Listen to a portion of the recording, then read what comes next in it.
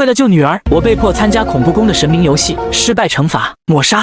三金先生，您终于愿意来找我了，说吧，你想怎样？今晚8点来公海上见我，我会告诉你我的目的，只能你一个人来，但凡你多带任何一个人，后果你懂的。老板查到了戴安娜小姐的消息了，她的确是刚刚生了的女儿，只不过那个女孩还有戴安娜小姐已经被米歇尔·荷鲁斯给带走了，现在不知道在哪。知道了，你下去吧。于是三金独自开车前往码头，冷风觉得不太对劲，也偷偷弄了一辆跟在后面。晚上的公海海域一片漆黑，只有一艘孤零零的游轮停在海平面上。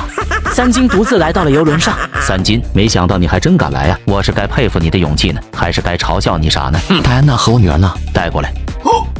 戴安娜，你没事吧？你为什么要来？为什么？虽然是意外，但既然发生了，我就必须负责到底，这是我们大夏男人的原则。接着，三金看向保镖怀里的孩子，那是我们的女儿吗？是我们的女儿，小名叫 Honey， 也就是甜心的意思。大名我还没有去，我想让你去。月黑风高，就叫陈月儿吧。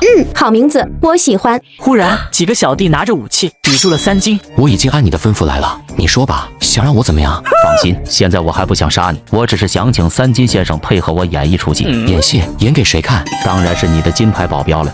只见海平面上，冷风开着游艇正往这边驶来。待会我会朝你打一枪，当然是空包弹。你要假装到底阵亡，并且要让你的保镖亲眼看到。之后我们会找个人烧成灰，扔到海里去，这样天下所有人都会知道白龙王已经死了，从此世上就再无白龙王了。如果我不答应呢？呵呵，如果你不想再看到陈月儿的话，不要。好，我答应你。此时冷风已经来到了游轮附近，下一刻一声枪响，他眸子陡然一缩，只见一具浑身燃烧的尸体落入了海中。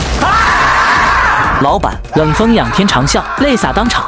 对不起，是我害了你，对不起。是我自己过来的，事已至此，不必自责了。3天后，三金一行人登陆了一座岛屿，这座岛上植被茂密，传来了阵阵野兽的吼声。如果我跑进这片岛上的森林里，恐怕都不用别人抓，就会被野兽吃掉了。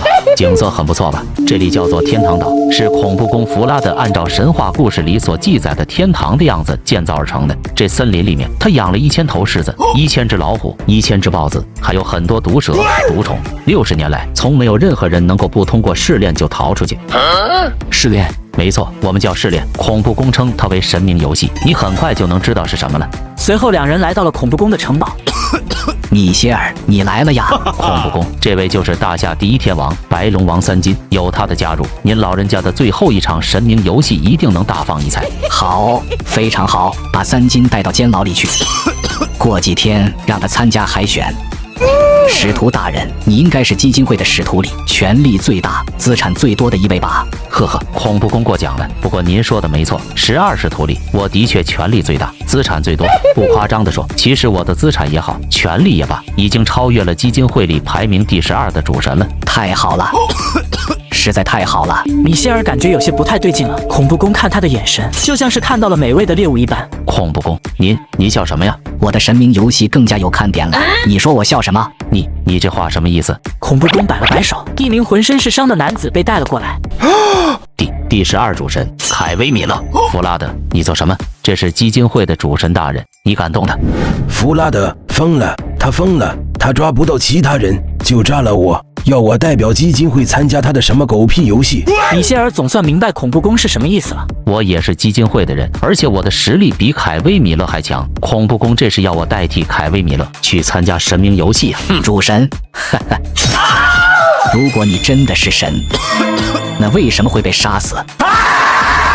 恐怖宫大人，求你放过我，我不过就是个使徒而已。呸，什么使徒？我就是基金会里面打杂的，我们就是普通商人而已，没什么本事。带他去牢房，准备参加过几天的海选。你要想活，就尽全力赢得神明游戏的胜利吧。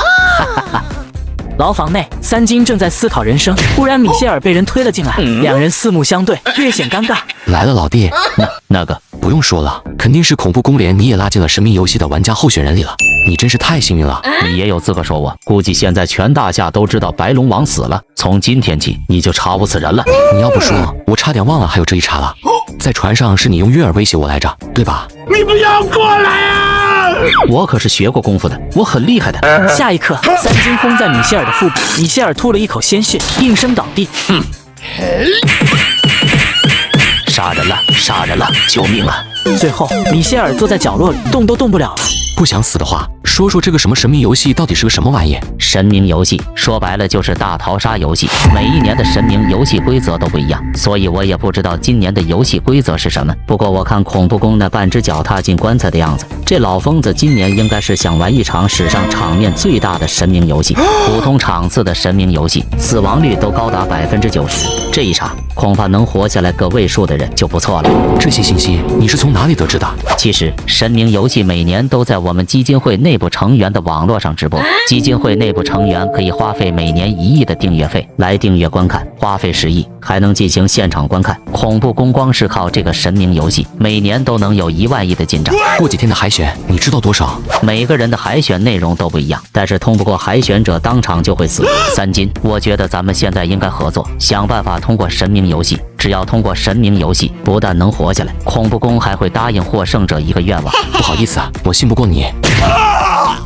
与此同时，一则新闻迅速地传遍了全大夏乃至全世界。大夏第一天王白龙王命丧公海，尸体连渣都不上。各大新闻频道都在争相报道3金身亡的事情。白龙王一心为国为民，多次冒着破产甚至是生命危险为大夏国进行商战，不曾想到却落到了如此凄惨的下场。白龙王走好！无数股民都对此展开了热烈的讨论。要不是当初3金联合几大豪门救市，港城现在恐怕要饿死10几万人了。红星超市干掉了外国超市，红星安保集团抢走了外国高端安保集团90%的份额，他还创建了属于咱们大夏人自己的快餐品牌、音乐播放器，还有聊天软件。哎，这样的人怎么就死了呢？还记得那次的粮食大战吗？要不是白龙王，恐怕咱们现在也会跟火锅一个下场了。当天所有人都被一句话刷屏了：恭送龙王，大夏子民永远记住你。恭送龙王，大夏子民永远记住你。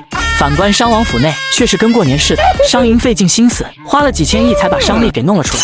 真没想到3金会死得这么离谱，活该！这王八蛋坏事做尽，还害死我父亲，就这么死了，算是便宜他了。算了，丽儿，死者为大，什么恩怨都一笔勾销吧。不行，不能就这么便宜他了，光是死哪能赎罪？他的产业还在呢，心愿资本名下的各种产业全是朝阳产业，利润非常恐怖。我要把这些产业全部弄到手。还有3金的女朋友公子苑，她不光长得漂亮，并且能力也很强。如果我能娶到她，让她为我商家生儿育女，诞下子嗣，这样才能解我心头之恨。那个时候，心愿资本要改名利苑资本了。嘿嘿。3天后，3金和米歇尔被带到了一处岛屿上的大厦里。人员：大夏第一天王白龙王3金，基金会第一使徒米歇尔格鲁斯。海选地点3层、5层、14层。海选通过要求，达成游戏条件，失败惩罚抹杀。